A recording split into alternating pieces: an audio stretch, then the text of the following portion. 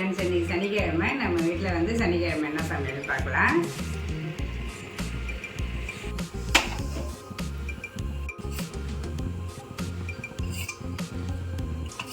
எண்ணெய் ஊற்றிக்கலாம். ஒரு 5 ஸ்பூன் எண்ணெய் ஊற்றிக்கிறேன். ஒரு துண்டு பட்டை, கொஞ்சம் 2 கிராம்பு, பிரியாணி எல்லாம் சேர்த்து பொருளையும் கட் பண்ணி வச்சுக்கலாம்.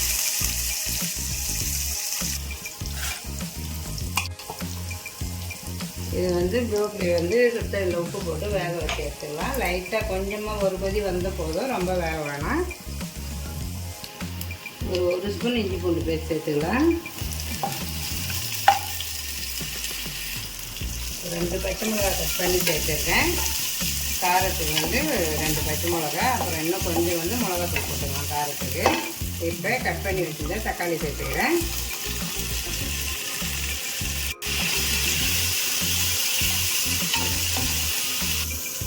இது மாதிரி எல்லாம் ஒரு கொதி வந்து ஸ்டவ் ஆஃப் பண்ணிக்கலாம். அப்படியே இருக்கட்டும்.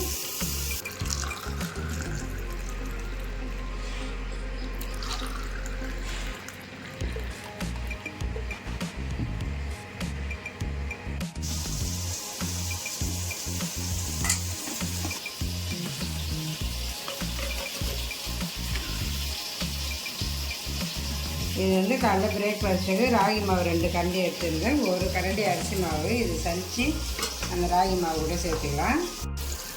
காரத்துக்கு ஒரு ஸ்பூன் வெறும் மிளகாத்தூள் சேர்த்துக்கலாம். ஒரு அரை ஸ்பூன் பிரியாணி மசாலா சேர்த்துக்கிறேன். கொஞ்சமாக வந்து மஞ்சள் சேர்த்துக்கலாம். இது வந்து தக்காளி சாதம் தாங்க செய்ய போகிறேன். பிரியாணி டேஸ்ட்டில் கொஞ்சமாக மஞ்சள் சேர்த்துக்கலாம். கொஞ்சமாக புதினா இலை சேர்த்துக்கலாம். ஒரு 2 ஸ்பூன் தயிர் சேர்த்துக்கிறேன்.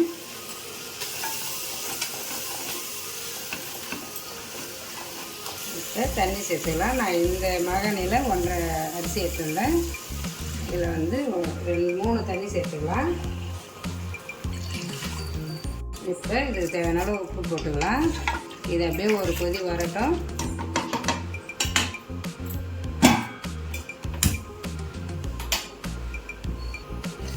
ப்ரோக்கலி கிரேவி செய்கிறதுக்கு ஒரு 3 ஸ்பூன் எண்ணெய் ஊற்றிக்கலாம்.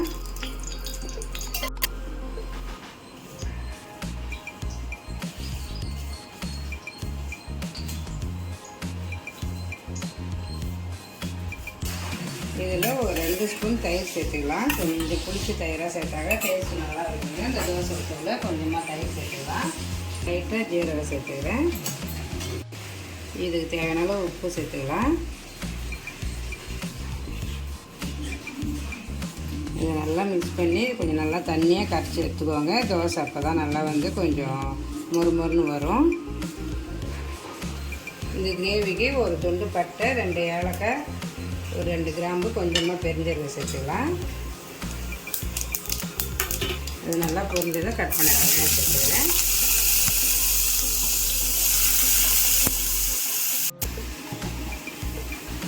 தக்காளி சாதத்துக்கு தண்ணி நல்லா கொதிச்சுட்டு ஊற வச்ச அரிசி சேர்த்துக்கலாம்.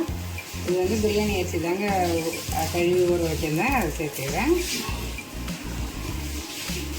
இது அப்படியே ஹை ஃப்ளேம்லேயே ஒரு 10 நிமிஷம் கொதிக்கிட்டோம். மூடி போட்டு மூடி விட்டுடலாம். வெங்காயம் நல்லா வதங்குங்க. ஒரு அரை ஸ்பூன் இஞ்சி பூண்டு பேஸ்ட் சேர்த்துக்கிறேன். மீடியம் சைஸ் தக்காளி ஒன்று கட் பண்ணி வச்சுருந்தேன், அதையும் சேர்த்துக்கிறேன்.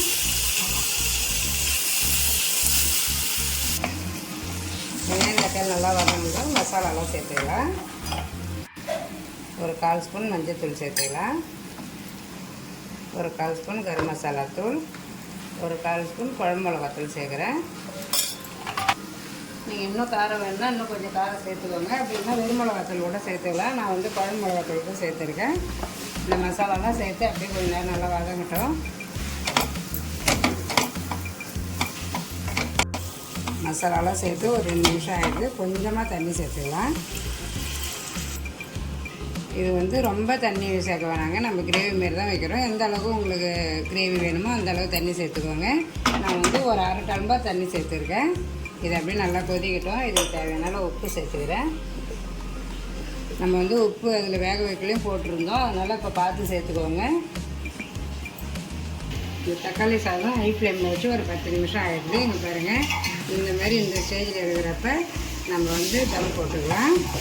சிம்மில் வச்சு ஒரு 5 நிமிஷம் அப்படியே மூடி விட்டுடலாம். இந்த கிரேவி நல்லா அந்த அளவு திக்காக கொதிச்சதும் இப்போ நம்ம வேக வச்சுருந்த ப்ரோக்கலி சேர்த்துக்கலாம்.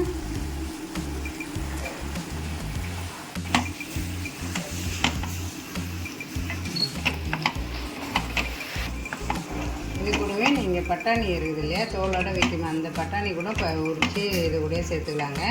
அதுவுமே டேஸ்ட் நல்லா சூப்பராக இருக்கும். அந்த ப்ரோக்கலி கூட அந்த பட்டாணி வேக வச்சு சாப்பிடக்குள்ள அவ்வளோ சூப்பராக இருக்கும். தக்காளி சாதம் நல்லாவே ரெடி ஆகிடுச்சு. இப்போ வந்து திறக்க வேணாங்க அந்த ஸ்டேஜில். இதை அப்படியே எடுத்து வச்சிடலாம். நல்லா ஒரு 10 நிமிஷம் அப்படியே இருக்கட்டும். அதுக்கப்புறம் ஒயிட் ரைஸ் கொஞ்சமாக வைக்கிறேங்க. இந்த பிரியாணியில் எது செஞ்சாலும் கொஞ்சமாக தயிர் சாதம் அப்படின்னா ரசம் சாதம் தான் கொஞ்சம் சாப்பிட்றதுக்கு கொஞ்சம் நல்லாயிருக்கும். அதனால் ஒரு டம்ளர் ஒயிட் ரைஸ் வச்சுருக்கேன். அதுக்கு வந்து ரசம் வச்சுக்கலாம். இது வந்து ப்ரோக்கலி நல்லாவே ரெடி ஆகிடுச்சிங்க, நல்லாவே வெந்துடுது. இப்போ வந்து காரத்துக்கு இன்னும் கொஞ்சம் வந்து நான் பெப்பர் சேர்த்துக்கிறேன். ஒரு 1/2 ஸ்பூன் பெப்பர் சேர்த்துக்கலாம். உங்களுக்கு காரத்துக்கு ஏற்ற மாதிரி சேர்த்துக்கோங்க. நான் ஒரு 1/2 ஸ்பூன் சேர்க்குறேன்.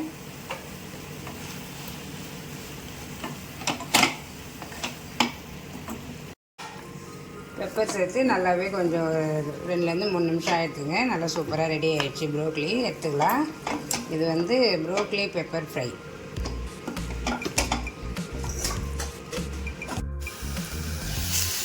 அதுக்கப்புறம் கொஞ்சமாக கேரட் பொரியல் கொஞ்சம் செஞ்சுக்கலாம். டெய்லி ஒரு முட்டை சாப்பிட்ணும் அப்படின்னு பார்த்தாக்க ஏதாவது ஒரு டைம் வந்துருக்குங்க. அதனால் வந்து அந்த முட்டை சாப்பிட்டாதானே இந்த மாதிரி ஏதாவது ஒரு காய் பொரியல் வச்சு சாப்பிட்றது. கேரட்டு அப்படி பீட்ரூட்டு அந்த மாதிரி ஏதாவது ஒரு காய் பொரியல் சாப்பிட்டோம்னா நமக்கு வந்து சத்து அதில் கிடச்சிடும் இல்லையா. அதனால் வந்து எனக்கு மட்டும் இந்த கொஞ்சமாக வந்து கேரட் பொரியல் செய்கிறேன். தேங்காய் சட்னி வச்சாச்சு. ரசமும் நல்லா ரெடி ஆகிடுச்சு.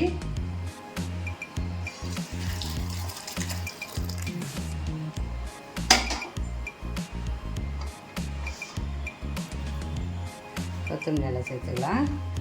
இதுவுமே பெப்பர் ஃப்ரையுமே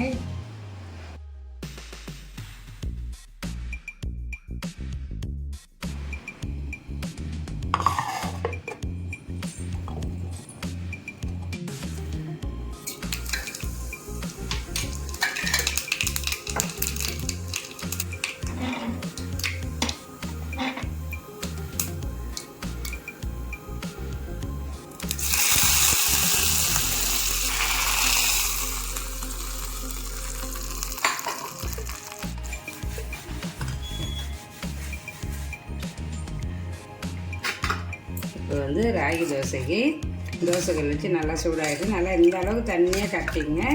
இதில் உங்களுக்கு வேணும்னா ஆனியன் கூட கட் பண்ணி போட்டுருவாங்க நல்லா பொடியாக.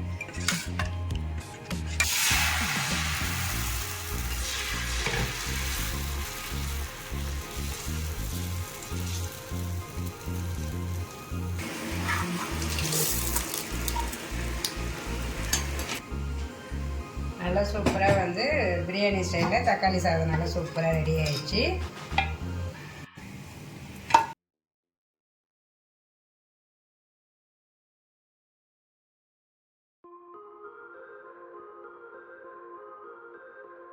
வாசனையாக சூப்பராக இருக்குதுங்க தக்காளி சாதம். டெய்லி குழம்பு அப்படியே வைக்கிறேன்னு சொல்கிறாங்க பசங்க. அதனால் வந்து வெரைட்டி ரைஸ் செஞ்சாச்சு. எங்களுக்கு மட்டும் கொஞ்சமாக வந்து ஒயிட் ரைஸுக்கு தக்காளி ரசம் வச்சேன். அதுக்கப்புறம் ப்ரோக்கலி வந்து பெப்பர் ஃப்ரை மாதிரி வெங்காயம் தக்காளிலாம் போட்டு அதுவுமே நல்லா சூப்பராக ரெடி ஆகிடுச்சு. ராகி தோசைக்கு சட்னி, பிரேக்கில் குடிக்கிறதுக்கு மாதுளம்பழம் ஜூஸும் போட்டு வச்சாச்சு.